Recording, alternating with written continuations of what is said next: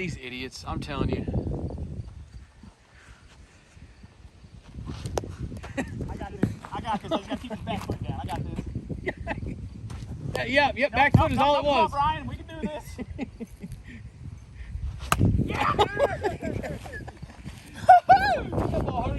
Vanilla Gorilla, what? Throwback Thursday, boy. Here you go, Brian. The Worth Mayhem. This is the Jeff Hall 120, not the MH 120. This is OG stuff here. I can't really tell you a whole lot about this thing, weight-wise. Feels like at least a 27.5. Test 180 on the tester. I'll pull it up here. No need to put it back on when we're done because these things last forever. Needle probably won't even move. But it's got that good rattle going, Dad. So I'm gonna let these idiots be idiots, and I'm gonna go ahead.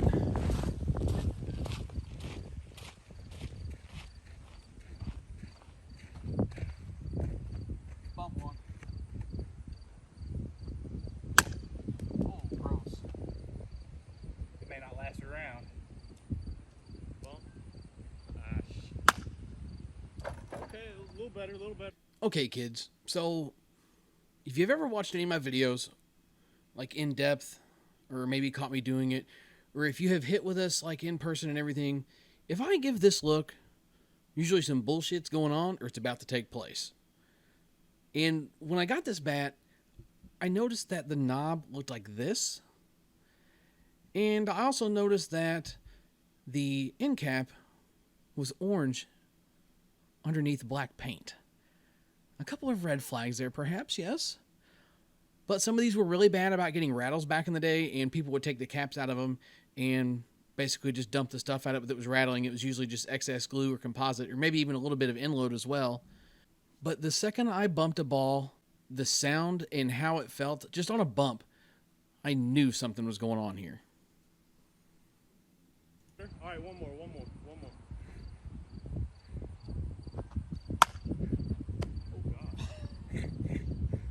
No shot. No shot this bat is stopped.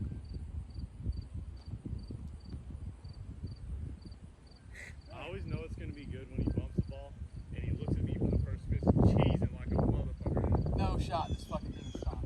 No chance.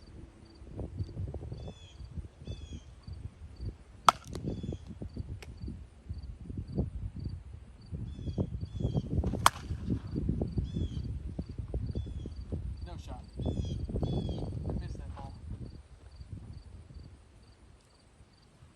Inside.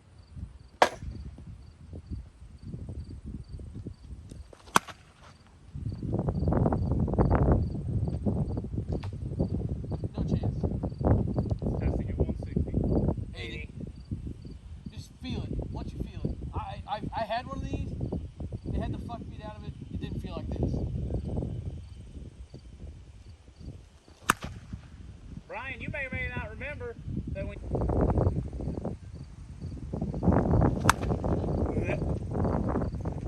No shot. No shot. into the other field. So after hitting just a couple of balls with this thing, it was clear that some shenanigans had taken place sometime in this bat's life. I got this bat off of Facebook in a group of 4 for really cheap from a friend of mine. And turns out he had inherited this bat from someone who quit playing, just kind of threw it in the garage and forgot about it. So he posted them up for sale because he just wanted them gone, wanted something out of them. What I bought them for, it cost him almost half of that to ship them. Now, I'm not mad at him. I'm not upset with him. I'm not going to out him. But it was just crazy to me how good this thing was. You can see the wind is blowing on this day that we're hitting. It's blowing in from right center, at least 12 to 15 miles an hour, pretty much the entire time we're hitting, blowing straight in on top of us. And balls are still just leaving the park like hardly anything I've ever hit or seen. Like the Vanilla Gorilla, So we're already committed. We're already doing our thing here. I've been playing this game for almost 15 years, and I have never owned or swung a shave bat. So I figured we're already here. So I'm just going to kind of ride it out and hit this thing. Figure I might make a little bit of a decent story here. But at some point in here, I didn't clip it in the video itself, but I fully intended on going home and cutting this bat open the second I got home, just to verify what I thought I already knew, and so nobody's going to try and nab this thing and use it Because, sorry to anybody out there that uses them or believes in them or anything else, shaved bats are complete douchebaggery. Like I was just trying to overswing it, so I'm like, I just gotta let the ball get close. Yeah, just let the ball get close, Brian. Oh, good. Finish. I'll be behind the screen. All right.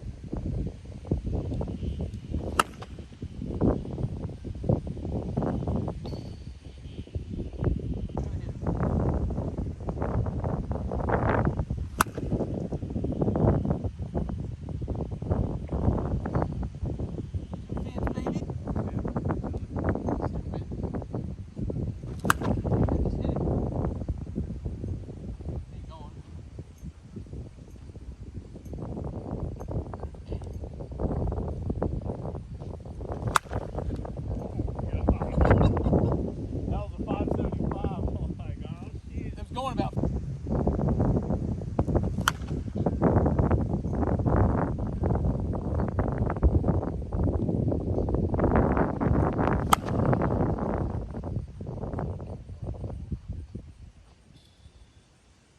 I think one side of this thing is better than the other.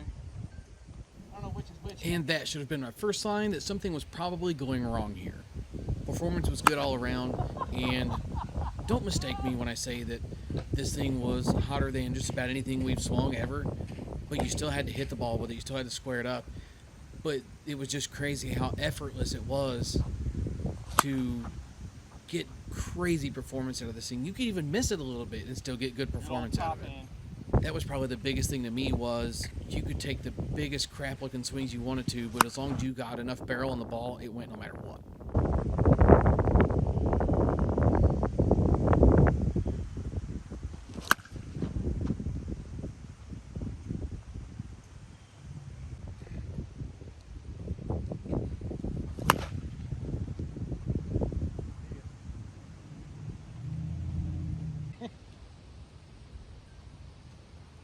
Heavy. Sorry. It's got more shit flying. Like, as I got ready to hit, I heard more shit sliding down the barrel. I think it's either about ready to break or more of that glue is coming loose.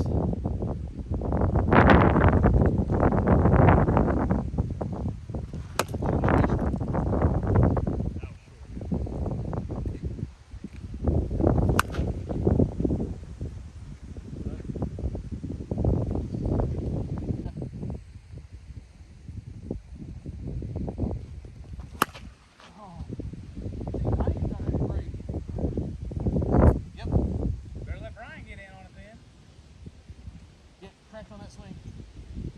Given how this thing had been doing, then to see the ball that I hit right before I say that, I felt like that ball should have went a country mile, and it didn't. I thought that was kind of weird, and I knew something might have been up with this thing. I looked down, and there's a big old shark tooth in it. And then after that, you can see I left them in here between my swings and Brian's swings. The good, bad really started to become a lot more relevant. The sound was still pretty good, but it was a noticeable drop in performance once it cracked, and we knew it was just a matter of time before this thing went. A, because it's cracked, and B, because it is suspected to be shaved.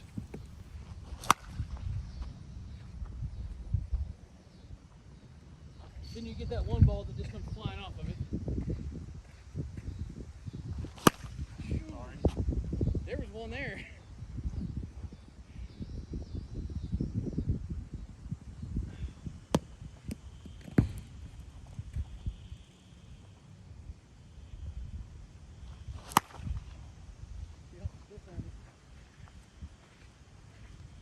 Sorry, but that's fucking ridiculous. Hey, this is work for BP too. So at this point, she's fading fast. There's not much left to it. You can just tell by the sound and by the way some of the balls are coming off of it. When balls really start knuckling off of them or getting some really weird spin, that's when you know the end is definitely near. So Brian had just about finished it off, and I figured why not just blow it up for the video, get a little content in. So I talked the guys into going out. We picked up some softballs and came in and sent this thing off.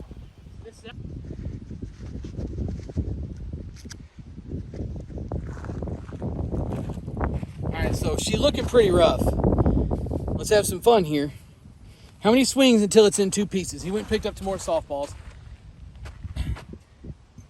I will go newest first, so I can go all the way to the bottom and see who got the correct number the first time. Whoever is the first person to comment the correct number, $25 off at Headbanger, courtesy of you boy. So I posted this on Facebook, as I'm sure you guys saw. Wanted to kind of spice things up a little bit. So let's see how many swings this thing lasts, and we'll show you who the winner is. Yeah, cheater.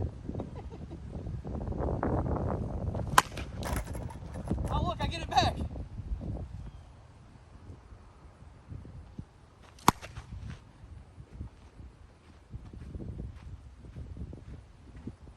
That sounded close. I knew when I shanked one over there, like that is not Greg. Oh no, hell no. Hey, anything helps.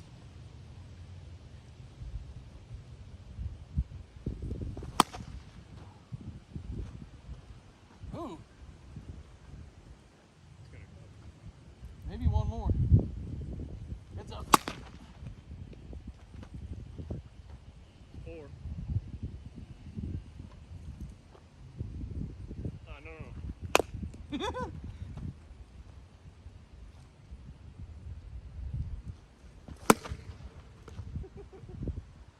5.